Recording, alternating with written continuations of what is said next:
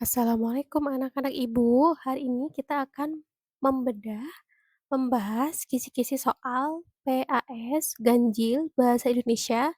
Nah, pada video kali ini akan dibahas nomor 1 sampai 20. Jadi, silakan siapkan soal yang sudah ada, kisi-kisi yang sudah Ibu berikan, dan silakan disimak video penjelasan dari Ibu. Semoga nilai saat pas kali ini akan lebih baik dari sebelumnya. Bismillahirrahmanirrahim, kita mulai dari kisi-kisi nomor 1.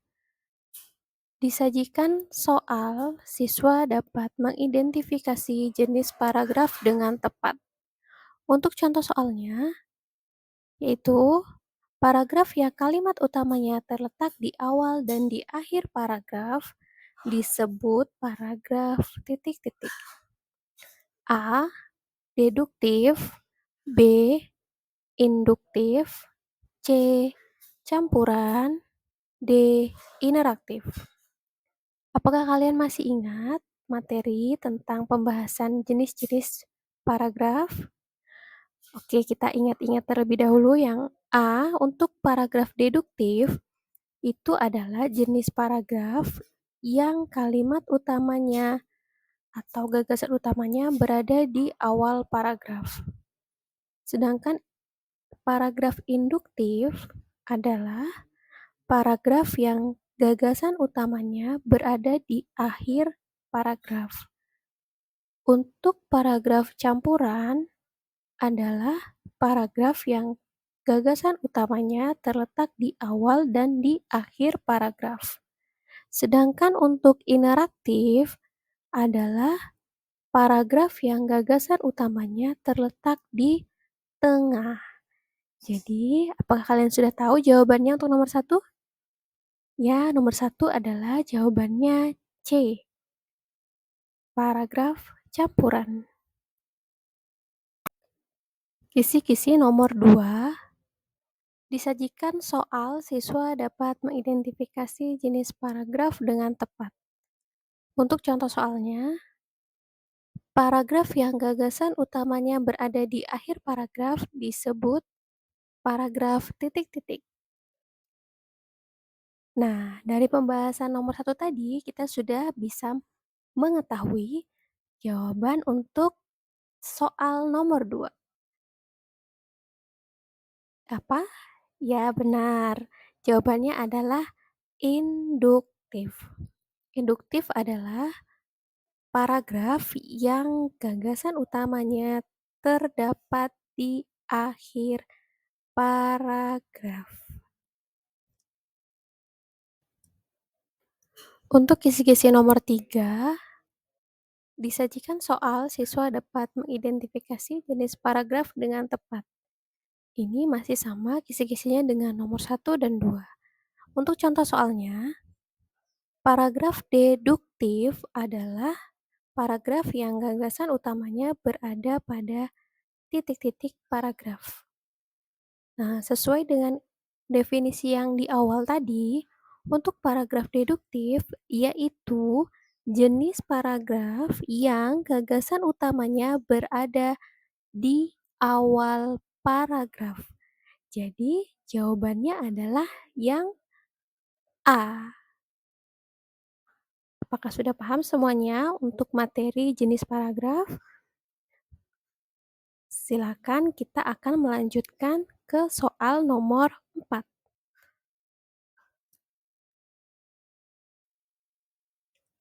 Sekarang kita lanjutkan ke kisi-kisi nomor 4. Disajikan soal, siswa dapat menunjukkan pokok pikiran dengan tepat. Untuk contoh soalnya, yuk kita baca bersama-sama. Bacalah teks berikut ini. Salah satu ciri dari makhluk hidup adalah bergerak. Secara umum, gerak dapat diartikan berpindah tempat atau perubahan posisi sebagian atau seluruh bagian dari tubuh. Makhluk hidup akan bergerak apabila ada rangsangan yang mengenai sebagian atau seluruh bagian tubuhnya. Ide pokok dari bacaan di atas adalah Nah, pada soal nomor 4 ini kita diminta untuk menentukan pokok pikiran, ide pokok, gagasan pokok dari bacaan yang disediakan. Jadi, kita harus membaca dengan seksama. Mana kalimat yang inti pokok dari paragraf tersebut. Yuk kita lihat dari kalimat yang pertama. Salah satu ciri dari makhluk hidup adalah bergerak. Jadi kalimat pertama ini menunjukkan bahwa ciri makhluk hidup itu adalah bergerak. Kita lihat di kalimat nomor 2. Secara umum, gerak dapat diartikan berpindah tempat atau perubahan posisi sebagian atau seluruh bagian dari tubuh. Nah, di kalimat kedua ini mendukung apa yang disampaikan di kalimat yang pertama. Jadi, kalimat kedua ini adalah bisa disebut sebagai kalimat penjelas. Jadi sudah jelas bahwa ini bukan pokok pikiran. Selanjutnya kita lanjut ke kalimat terakhir.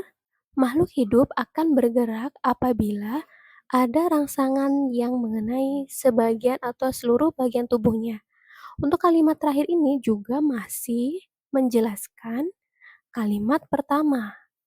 Nah, dapat disimpulkan bahwa ide pokok dari paragraf ini adalah ada pada kalimat yang pertama.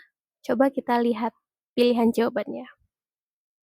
Yang A, gerak dapat diartikan berpindah tempat. Yang A ini ada pada kalimat kedua, berarti bukan. Yang B, gerak adalah perubahan posisi. Ini juga ada di kalimat kedua. Yang C, makhluk hidup akan bergerak apabila ada rangsangan. Ini ada di kalimat ketiga, berarti bukan. Sekarang yang D, salah satu ciri makhluk hidup adalah bergerak. Nah, ini yang kita maksud. Jadi jawabannya adalah yang D.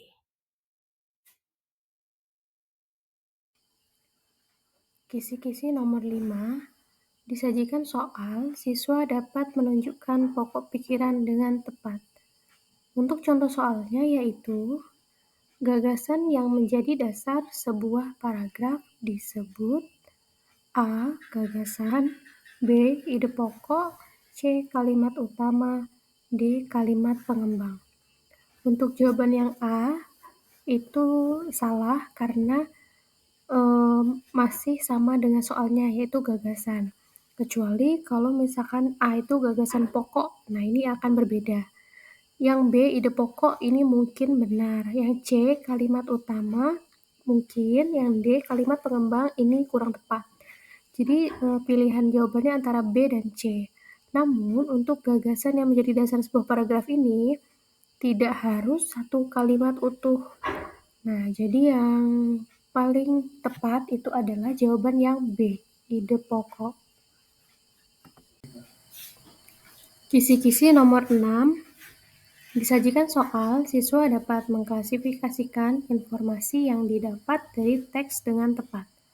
Untuk contoh soalnya yaitu, bronkitis merupakan gangguan pada cabang batang tenggorokan akibat infeksi. Gejalanya adalah penderita mengalami demam dan menghasilkan lendir yang menyumbat batang tenggorokan. Akibatnya, penderita mengalami sesak nafas. Kalimat tanya yang sesuai dengan bacaan di atas adalah titik-titik. A. Apa yang menyebabkan penyakit bronkitis? B. Bagaimana menyembuhkan penyakit bronkitis? C. Di mana terjadinya infeksi pada penderita penyakit bronkitis? D. Kapan penderita bronkitis mengalami gejala demam?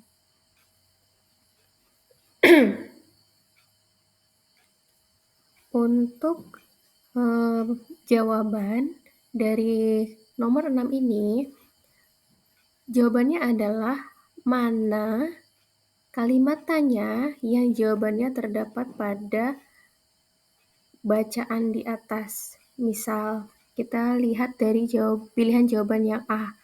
Apa yang menyebabkan penyakit bronkitis? Apakah jawabannya ada pada teks tersebut?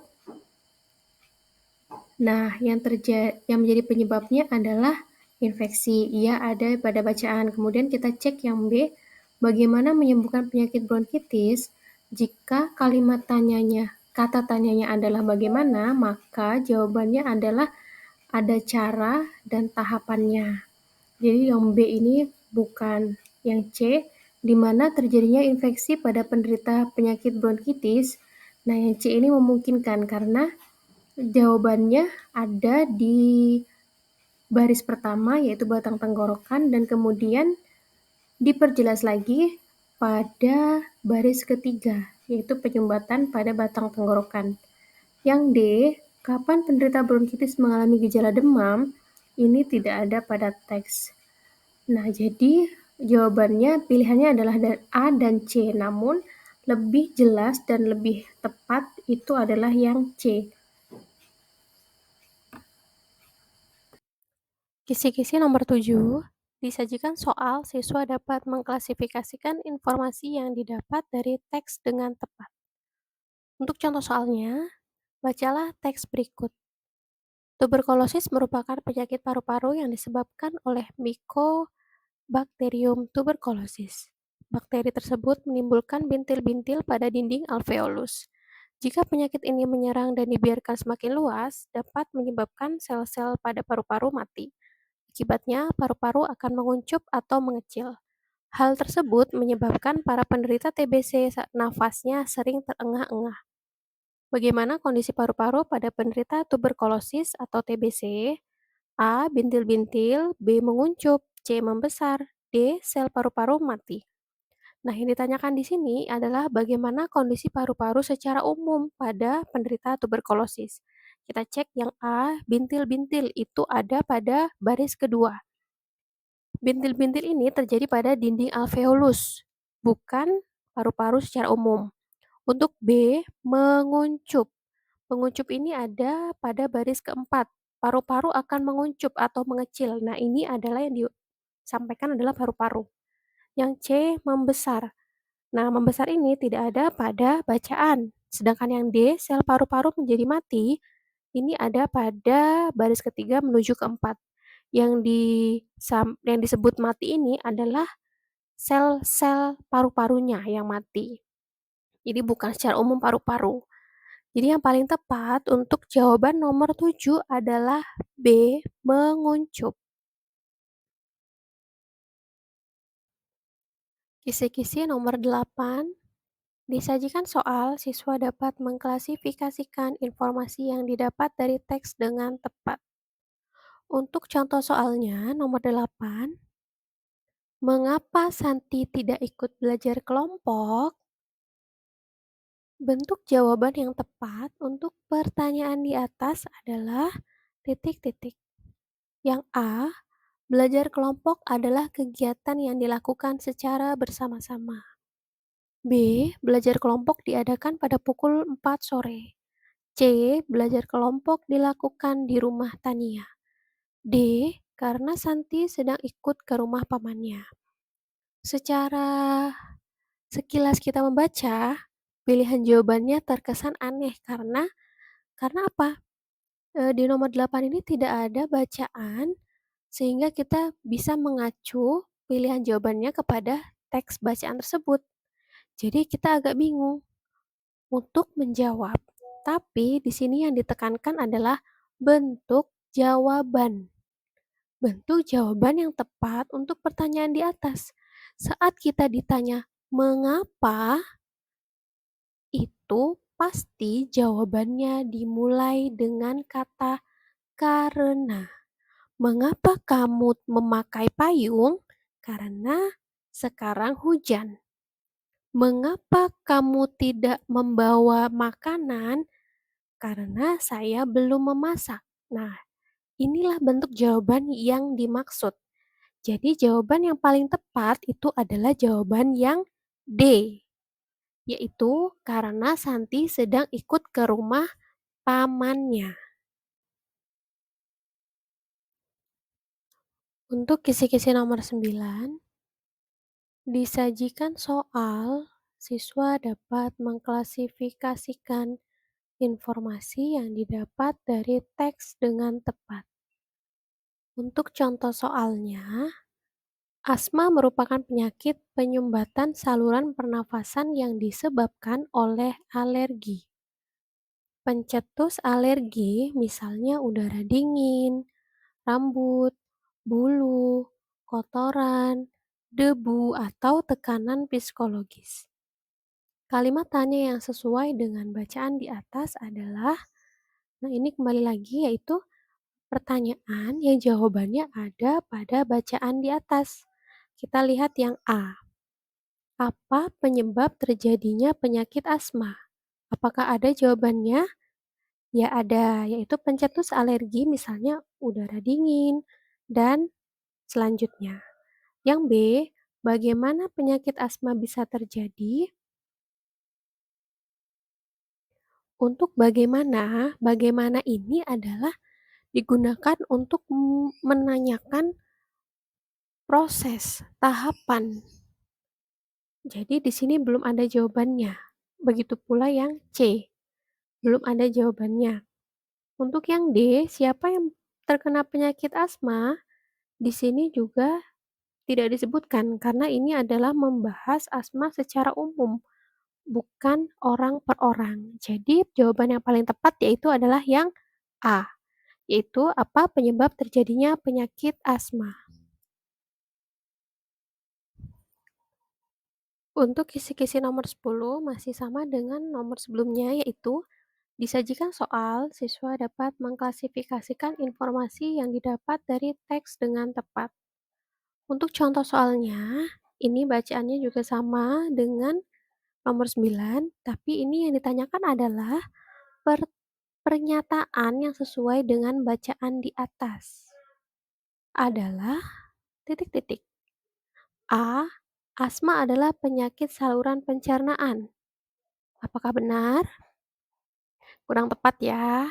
Yang B, asma disebabkan oleh dingin dan kotoran debu. Oke, masih bisa. Yang C, saat terjadi asma, kita harus beristirahat yang cukup. Yang C sebetulnya benar, tapi tidak sesuai dengan bacaan. Tidak ada di bacaan yang menyatakan bahwa asma kita harus beristirahat dengan cukup. Yang D, saat menderita asma kita harus minum obat dan makan yang enak. Nah, ini juga tidak ada pada bacaan.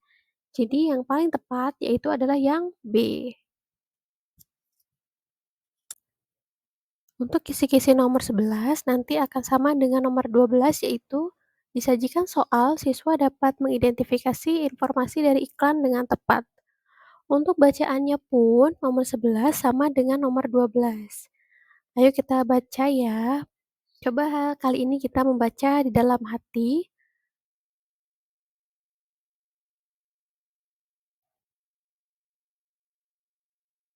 Oke, kita lanjut ya membaca soalnya. Tema iklan yang mereka buat adalah titik-titik. A. Olahraga. B. Gaya hidup sehat. C. Menjaga kesehatan. D. Mengobati penyakit. Untuk A. Berolahraga, itu ada kata-kata olahraga, tapi masih kurang mengacu pada iklannya. Yang B. Gaya hidup sehat. Ini juga ada. Untuk C, ini juga ada, yang D tidak ada, tapi yang menjadi penekanan kita ada pada percakapan yang disampaikan oleh Lala. Pada baris ke 1, 2, 3, 4, 5, 6, kita lihat baris ke-6, Lala mengucapkan bahwa karena ini berkaitan dengan gaya hidup sehat, harusnya sesuai dengan kata Umar. Maka aku usul bagaimana kalau gambarnya beberapa siswa yang sedang berolahraga. Nah, dia berolahraga benar, tapi yang menjadi penekanan ini adalah karena temanya berkaitan dengan gaya hidup sehat. Jadi jawaban yang paling tepat adalah yang B.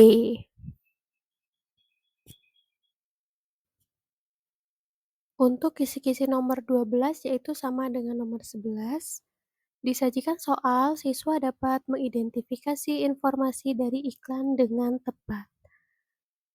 Untuk contoh soalnya, yang sedang mereka diskusikan pada percakapan tersebut adalah titik-titik. A. Kalimat iklan. B. Gambar iklan. C. Rencana pembuatan iklan. D. Tema iklan. Nah, untuk pemilihan jawaban ini, kita harus pahami bahwa yang A, kalimat iklan memang dibahas di percakapan tersebut. Tapi yang B, gambar iklan juga dibahas. Nah, yang D juga ada pembahasannya namun ini sudah mereka sepakati.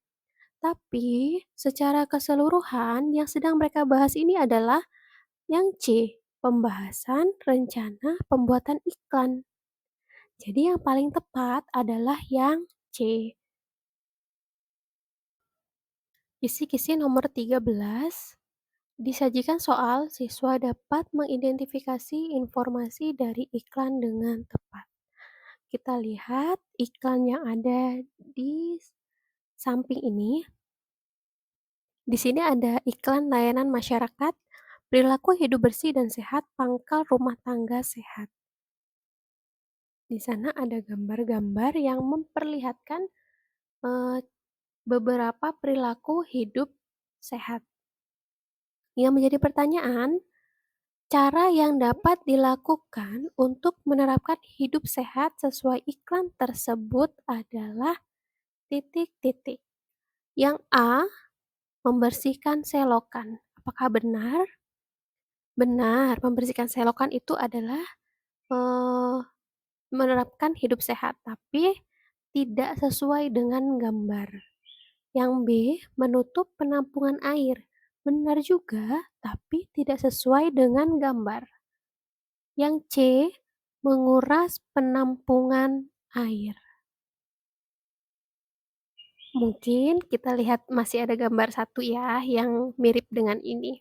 Yang D, menyapu halaman rumah. Nah, yang D ini juga tidak ada pada gambar karena gambar yang ada di iklan tersebut itu adalah mengepel. Jadi yang paling mungkin itu adalah jawaban yang C. Ada di gambar bagian paling bawah, yaitu C, menguras penampungan air. Untuk kisi-kisi nomor 14 masih sama, yaitu disajikan soal siswa dapat mengidentifikasi informasi dari iklan dengan tepat. Ini poster iklannya masih sama dengan nomor 13, namun yang ditanyakan berbeda. Soalnya yaitu dalam iklan di samping terdapat kalimat perilaku hidup bersih dan sehat. Pangkal rumah tangga sehat. Kata rumah tangga dalam slogan tersebut yaitu bermakna kehidupan titik-titik. A. Bangsa, B. Keluarga, C. Masyarakat, D. Negara. Nah, untuk kata rumah tangga itu biasanya diartikan secara umum yaitu untuk keluarga. Jadi jawabannya adalah yang B. Kisi-kisi nomor 15. Disajikan soal, siswa dapat mengidentifikasi informasi dari iklan dengan tepat. Untuk contoh soalnya, iklan lowongan kerja banyak dipublikasikan melalui media cetak, yaitu dalam bentuk titik-titik. Nah, apakah kalian pernah membaca majalah, pamflet, surat kabar, tabloid? Apakah kalian pernah menemukan lowongan pekerjaan di sana? Majalah mungkin? Ya, kalau kalian sudah pernah membaca beberapa contoh media cetak ini, kalian pasti tahu kalau lowongan kerja itu banyak dipublikasikan melalui koran atau bahasa Indonesia yang baik dan benar itu adalah surat kabar. Jadi jawabannya adalah yang C. Untuk kisi-kisi nomor 16, disajikan soal, siswa dapat mengidentifikasi bagian-bagian pantun, ciri-ciri pantun, melengkapi pantun dengan tema tertentu dengan tepat.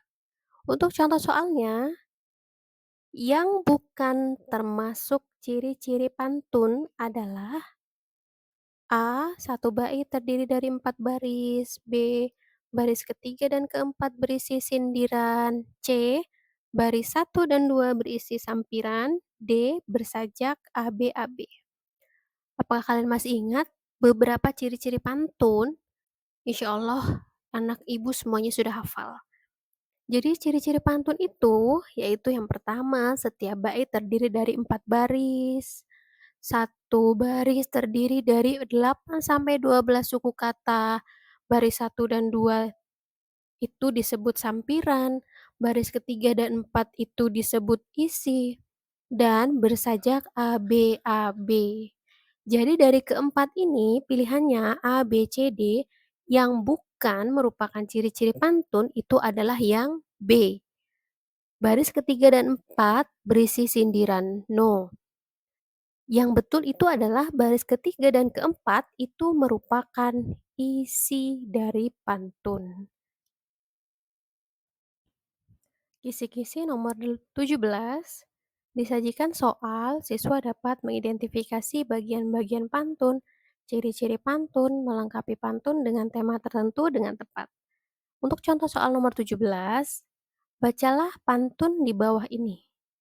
Bunga mawar warnanya merah, bunga melati warnanya putih. Nah, ini baru yang tertulis bagian sampiran. Nah, kita sekarang diminta untuk menentukan bagian isinya, baris ketiga dan keempat. Sekarang kita lihat. Kita ingat-ingat, untuk pantun itu harus memiliki sajak yang tepat. Contohnya A, B, A, B. Jadi, saat di atas ini adalah di baris pertama paling belakang itu bunyinya ah, dan yang baris kedua bunyinya ih, berarti di bagian isi itu juga baris ketiga harus berbunyi ah dan baris keempat berbunyi ih. Itu merupakan salah satu ciri-ciri pantun. Jadi kita tinggal melihat bagian di akhir-akhir kalimatnya. Untuk yang A itu sudah tepat. Yang B baris ketiga boleh, tapi baris keempat kurang tepat. Untuk yang C juga sama, baris ketiganya masih bisa, tapi untuk baris keempatnya tidak. Untuk yang D sama, bisa. Yang belakangnya bagian baris ketiga itu A, baris keempatnya I. Sekarang kita lihat kata-katanya. Bunga mawar warnanya merah, bunga melati warnanya putih. Baju mereka warnanya merah, milikku warnanya putih. Ini hanya seperti pemberitahuan ya. Untuk yang D, bunga mawar warnanya merah, bunga melati warnanya putih. Kamu harus pantang menyerah, tetaplah semangat, giat berlatih. Nah, ini yang D ini termasuk ciri-ciri isi dari pantun nasihat. Jadi jawabannya itu adalah yang D. Kisi-kisi nomor 18. Disajikan soal, siswa dapat mengidentifikasi bagian-bagian pantun, ciri-ciri pantun, melengkapi pantun dengan tema tertentu dengan tepat. Untuk nomor 18, contoh soalnya yaitu, bacalah pantun di bawah ini. Ke pasar baru beli kacamata, dengan semangat sambil berlari. Jagalah selalu kesehatan kita dengan olahraga setiap hari. Nah, pantun di atas termasuk pantun apa? Yang A. Nasihat, B. Jenaka, C. Teka-teki, D. Sedih. Untuk yang A. Nasihat, ya ini sangat benar. Jawabannya adalah yang A. Nasihat. Kalau B. Jenaka, jenaka itu adalah pantun untuk bergurau. Yang C. Teka-teki, biasanya pantun ini pada bagian baris ketiga dan empat itu berisi teka-teki yang harus dijawab. Untuk yang D ini pantun sedih. Nah, untuk yang 18 ini bukan pantun sedih ya. Jadi jawaban yang paling tepat itu adalah yang A. Kisi-kisi nomor 19 masih sama dengan nomor sebelumnya, tapi untuk contoh soalnya ini berbeda. Ya, nomor 19 contoh soalnya itu adalah, bacalah pantun di bawah ini. Pergi ke toko beli kedondong, buahnya matang dibeli dua. Jadi anak jangan berbohong agar disayang orang tua. Amanat dari pantun di atas adalah, ini juga termasuk pantun nasihat, yang nilai dapat kita ambil itu adalah apa ya? Coba kita lihat yang A, agar disayang orang tua maka harus beli kedondong. Tidak ada hubungannya ya, Nak, ya. Itu kedondong hanya pada bagian sampiran. Bisa kita ganti buah yang lain asalkan belakangnya ong. Yang kita harus perhatikan itu adalah di bagian isi, baris ketiga dan empat. Yang B, agar disayang orang tua ketika berbicara jangan suka berbohong. Nah, ini ada di baris ketiga, kata-kata jangan suka berbohong. Yang C, jika kita ingin disayang orang tua, maka harus pandai berbohong. Ini sangat salah ya, karena kita tidak diperbolehkan untuk berbohong. Yang D, jika pergi ke toko jangan lupa beli buah kedondong. Nah, ini juga belum tepat karena kita jangan terpaku pada baris pertama dan kedua karena itu hanya sampiran. Untuk melihat amanahnya, isinya, kita harus lihat di baris ketiga dan keempat. Jadi yang tepat tadi itu adalah yang B. Agar disayang orang tua ketika berbicara jangan suka berbohong. Kisi-kisi nomor 20. Untuk sesi ini yang terakhir ya, akan kita lanjutkan di video selanjutnya. Disajikan soal, siswa dapat mengidentifikasi bagian-bagian pantun, ciri-ciri pantun, melengkapi pantun dengan tema tertentu dengan tepat. Baris ketiga dan keempat dalam pantun adalah bagian titik-titik. Ini sangat mudah. Pasti anak-anak ibu semuanya bisa menjawab. Baris ketiga dan empat itu adalah merupakan isi dari pantun. Ya, terima kasih. Semoga bermanfaat ya videonya. Tunggu di video selanjutnya materi-materi yang akan Ibu bahas. Assalamualaikum.